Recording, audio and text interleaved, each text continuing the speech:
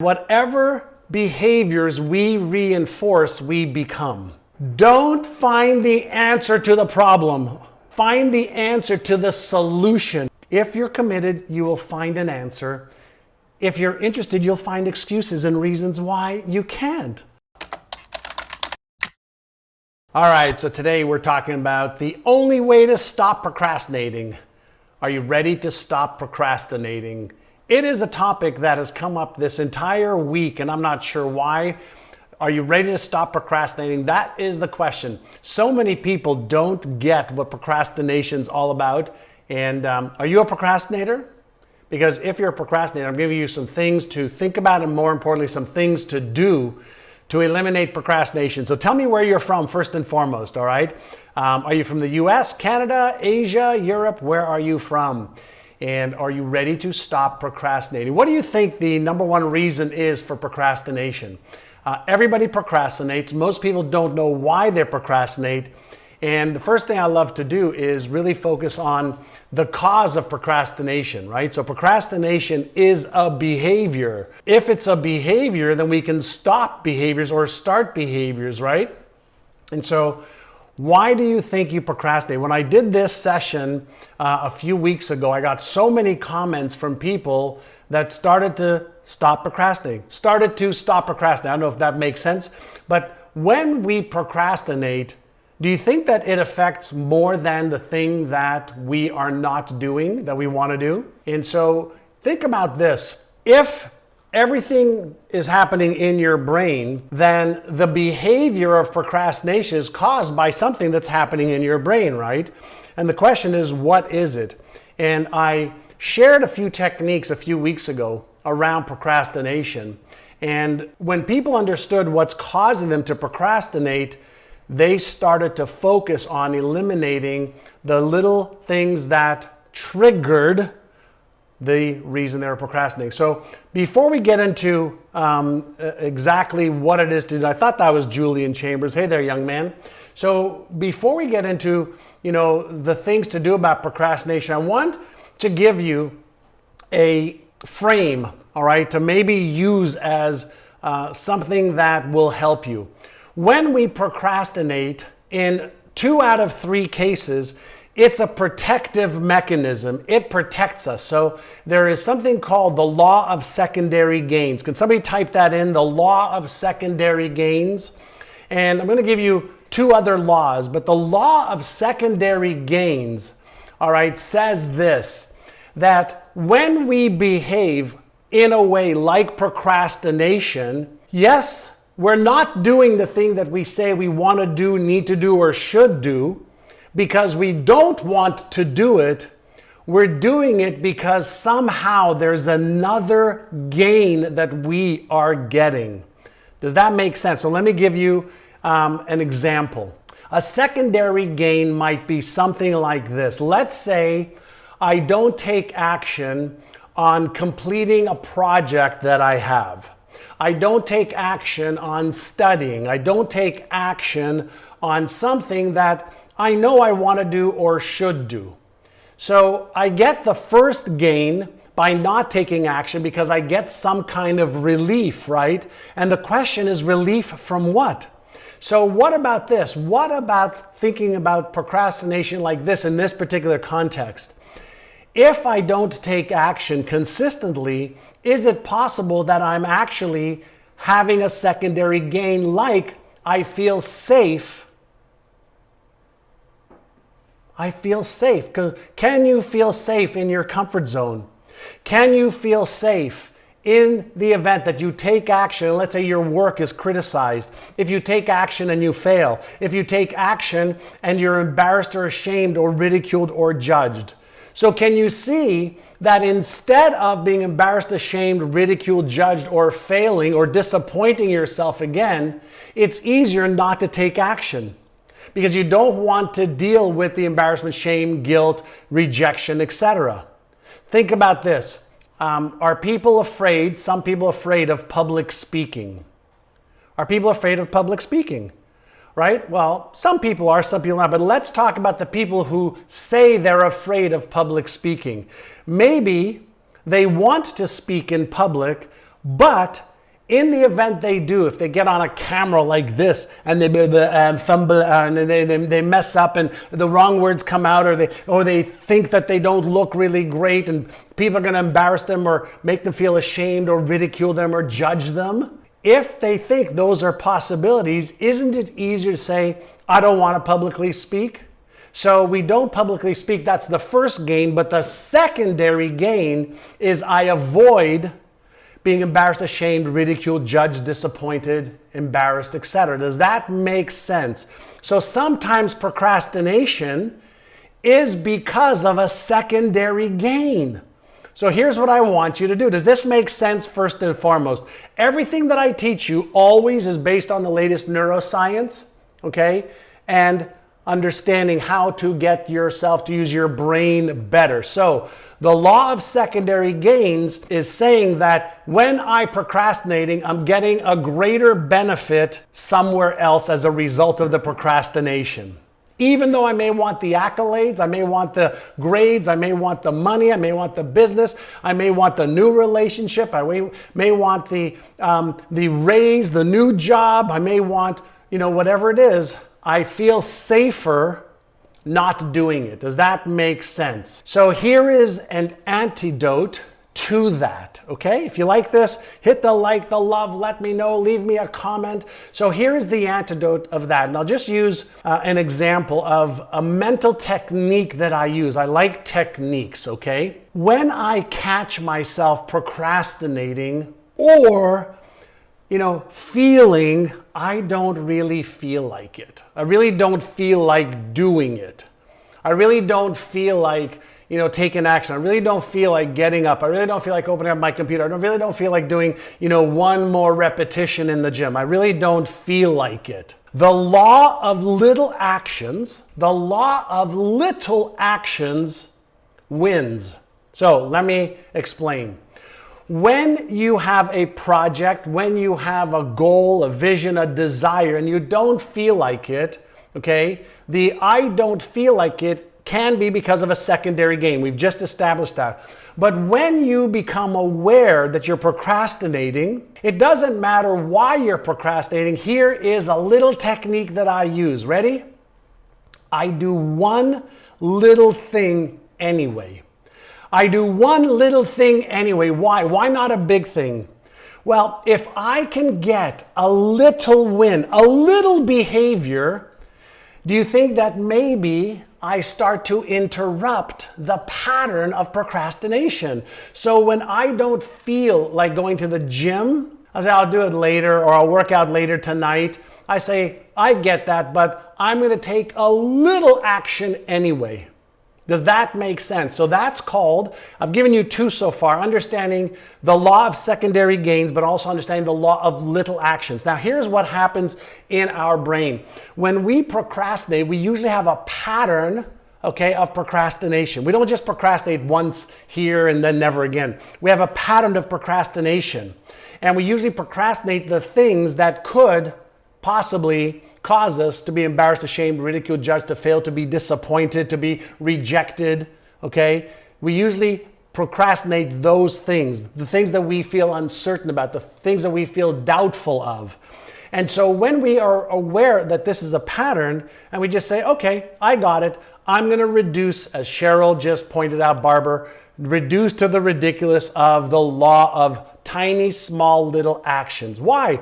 Because if I can recognize the pattern and accept it without judgment, blame, shame, guilt, or justification, procrastination is a pattern. It's a protective mechanism, is one of the reasons.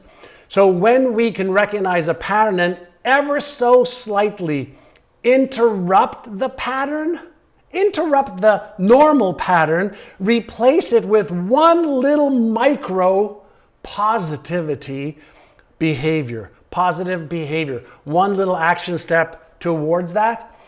What does that do in our brain? Well, number one is it's a slight detour, just a slight detour from the normal pattern. And if I can have a slight detour from the normal pattern, I've interrupted the pattern of procrastination for that thing. But more importantly, I want you to think about this, Now here's the law of secondary gains coming into play again. Now once you interrupt that pattern, and once you do the ever so slight thing, what do you think that it does to your self-worth, your self-esteem, your self-confidence, your self-trust? What do you think it does? Does that mean that now you take inspired action even if it's a little bit? Well, what do you think happens if you did that 1 day, 2 days, 5 days, 10 days, 100 days? Now what do you start thinking about yourself? Do you think of yourself as you're a procrastinator?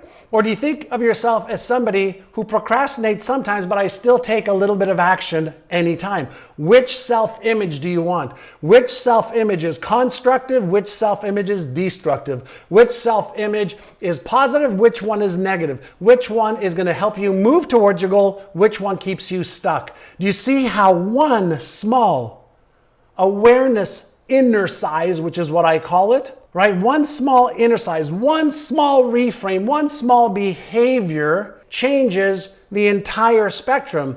And there's one other part to this. When you take action, how do you feel? When you procrastinate, how do you feel? Positive or negative? Do you think you're reinforcing a negative pattern if you keep procrastinating? And do you think you reinforce a positive pattern when you take one little micro action even when you don't feel like it? Well, one of them releases stress hormones when you don't take action because you know you're not taking action, but the other one releases dopamine. And if you tell yourself, if you tell others, if you share, then not only are you activating your reward center in your brain, dopamine, you actually start to get addicted to taking inspired positive action even when you don't feel like it. Here is something to consider. When we are talking about procrastination, just think of it as a behavior, and my job, your job, is to interrupt the behavior ever so slightly and then create and reinforce a new behavior. Does that make sense? Does that make sense? This is just neuroscience 101, baby, right? This is not complicated stuff. We're going to reduce it to the ridiculous, create a new pattern, reinforce the pattern, and isn't that like building a bicep muscle? If you start small, 1 pound, do 3-4, curls, you can eventually do more. So don't worry about doing everything. If you are procrastinating on a certain project or thing, do a little bit, all right? So those are 2 laws. Second frame for you. Okay, by the way, if you like this, sign up for my program that I've got. I've got a training that you can go through to go even deeper on the neuroscience, and my team will put up a link. I'll give you a link to sign up for the free training, and it'll blow your mind. And so we'll put it up on YouTube and LinkedIn and Facebook and Instagram as well. In the bio, there's a free training so you can eliminate procrastination, and it's called Eliminating Procrastination. There we go. My team just told me, put an end to procrastination. So sign up for the free training. You can do it on demand, which will blow your mind. So then number 2, this is called the law of bigger fears. The law of bigger fears states this. Do you agree that there is a way to frame things that are more painful if you give things certain meaning? So let me explain the law of bigger fears. Let's say you're procrastinating on a project, on anything, doesn't make a difference. Can you put your something that you're procrastinating in the chat right now? So put whatever it is that you're procrastinating, okay, right now if you can, all right? Put something in the chat of what you're procrastinating right now. Let me share with you the law of bigger fears. So we talked about the law of little actions. We talked about the law of secondary gains, but let's take a look at anything that you are procrastinating right now. I want you to write out, okay, and you don't have to do it right now, but if you ask yourself, what am I gaining? How am I gaining by procrastinating? So I feel safe, I feel secure, I don't have to expend energy, etc. Also, next to that, I want you to write down, what is the cost of procrastinating? What's the cost of procrastinating like this? On your self-worth and self-esteem, on your income, on your relationship, on your self-image of how you see yourself, on your self-trust. So if and when I procrastinate, the cost to me is more than just the completion of the goal, but the cost to me is loss of self-respect. The cost to me is I reinforce a pattern of procrastination. The cost to me is I repeat patterns that I reinforce. The cost to me. What is the cost to you of procrastinating? And here's what we can do. If you make the cost to you bigger than the reward you're getting for not doing it. Let me repeat that. If you make the cost of not doing it, the bigger fear, the bigger cost, greater than the cost, that the reward you're getting, then now we have what's called is a contrast frame. Not doing this gives me, this, which we know we get, but not doing this also costs me this and reinforces this. So now you say not doing it, I get these rewards, but here is what the cost is of staying in my job, Michelle. Here's what the real cost is on my income, my self-worth, my self-esteem, my children, my spouse, my significant other. And if you believe and agree with me that whatever behaviors we reinforce, we become. Whatever behaviors we reinforce, we become. Why? Because of something called automaticity in the brain. Once we reinforce a pattern, the pattern then moves into a subconscious automated sequence. So there's no thought involved in repeating the pattern because it's easy and it doesn't require very little energy. So when we're talking about the law of bigger fears, the law of bigger costs, now we can use a contrast frame, and our brain is great at avoiding the bigger pain. Did you hear what I just said? Your brain, my brain, is great at avoiding the bigger of the two pains.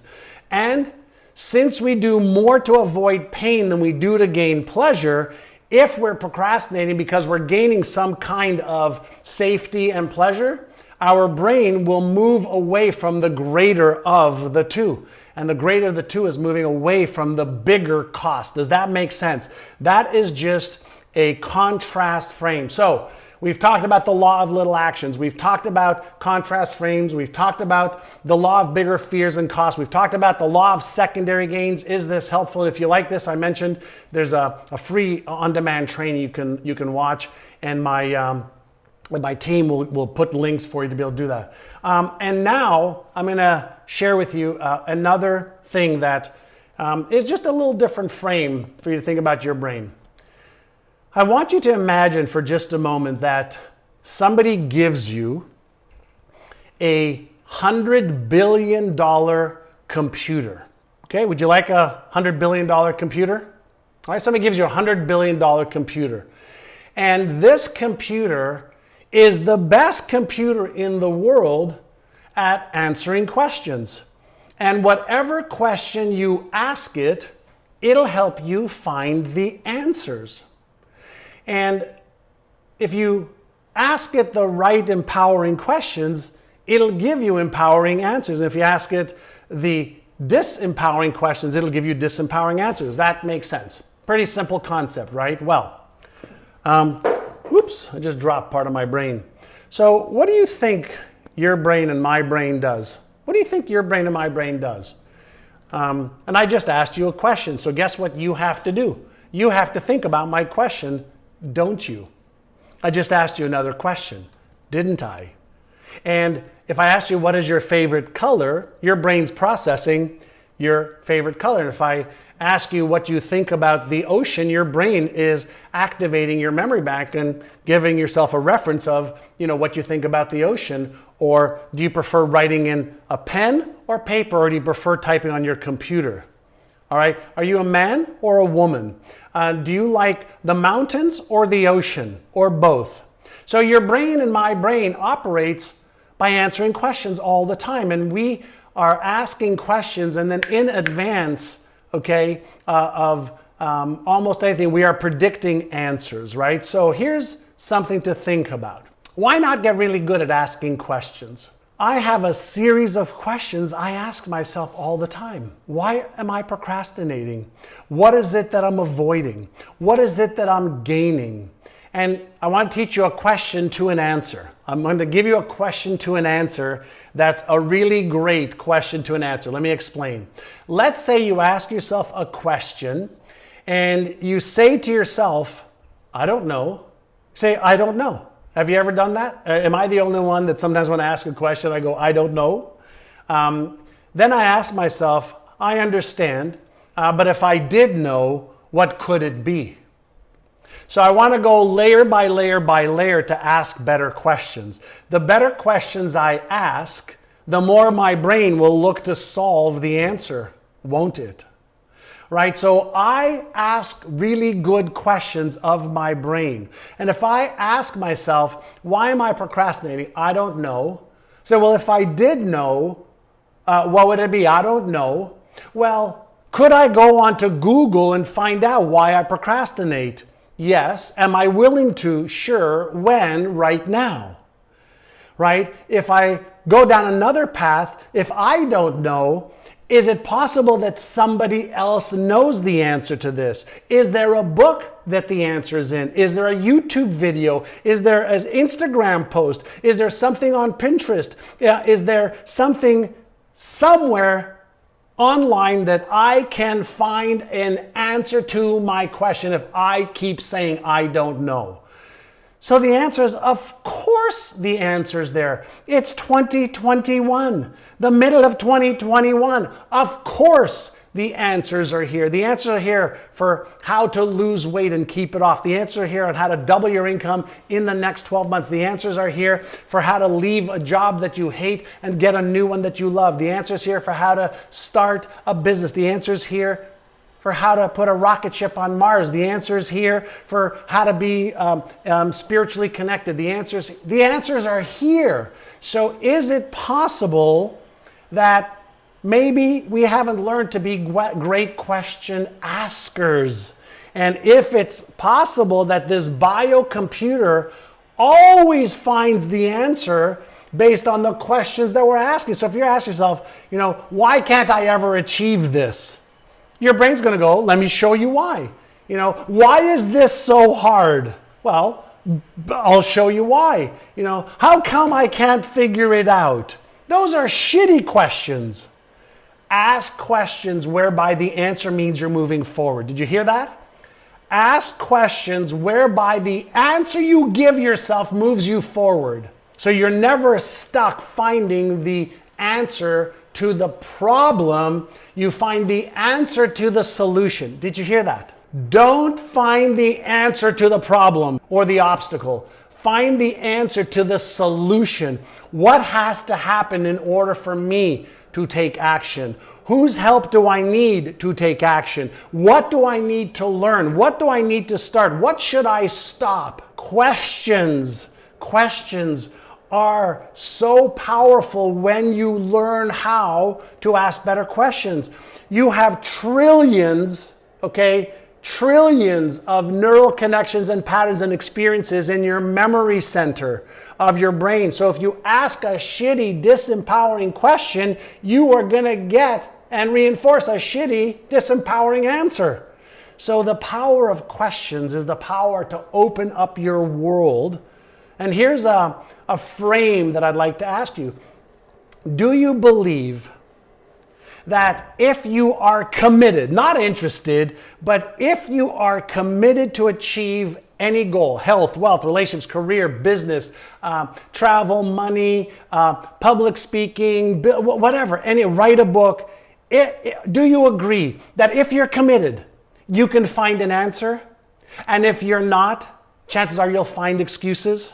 If you're committed, you will find an answer. If you're interested, you'll find excuses and reasons why you can't. So why not just say, I'm committed to stopping procrastination. I'm committed to finding an answer. I'm committed to solving this. I'm committed to upgrading my knowledge. I'm committed to upgrading my skills. I'm committed to changing my beliefs. I'm committed to letting go of disempowering habits. I'm committed to do whatever it takes, honestly, ethically, professionally. I'm committed. I'm a committed person to achieve goals, not a committed person to have goals. I'm a goal achiever, not a goal setter. Of course we do both, right? Is this worthwhile? Listen, the most important asset, the most powerful asset you have is your time. So first and foremost, thank you for investing some of your time with me. I do this every Tuesday morning, usually at 9 o'clock. Today was a little bit later. If you like this, share it with your friends. If you want to go deeper on the neuroscience of procrastination and the 3 core subconscious patterns that hold you back, sign up for the free training. My team will put it in on Instagram, up in the bio, on Eliminate Procrastination, and in the chat on all the other platforms that I'm streaming on Tuesday morning. So I want you to understand, procrastination is not your enemy. Ignorance is. Procrastination is not your enemy. Ignorance is. Can anybody tell me what ignorance means? Can anybody tell me what ignorance means? Some people get angry with me when I say, you're ignorant. Tell me what ignorant means. Lack of knowledge, that's right. Ignorant just means not knowing. So in the absence of knowing, we default to our highest level of training, knowledge, and skill. So now that you know, you don't know because you've heard me talk about it. Now you have awareness. Do you know how you will know? Is when you apply what I just shared with you and you have the visceral experience that reinforces a neural pattern of just knowledge with behavior. Knowledge with behavior equals experience. Reading a book gives you awareness. It doesn't give you knowledge. The knowledge comes from the application and getting the feedback loops of all of the senses integrated into a pattern. And then if you reinforce what you know with what you do, you end up with results. So I hope you've enjoyed this. I usually do 30 minutes. We're right on the money. If you like this, hit the share button. If you want to go deeper, hop on to the free training I'm giving you access to on demand and go deeper into procrastination. Once you eliminate procrastination, let me ask you a question.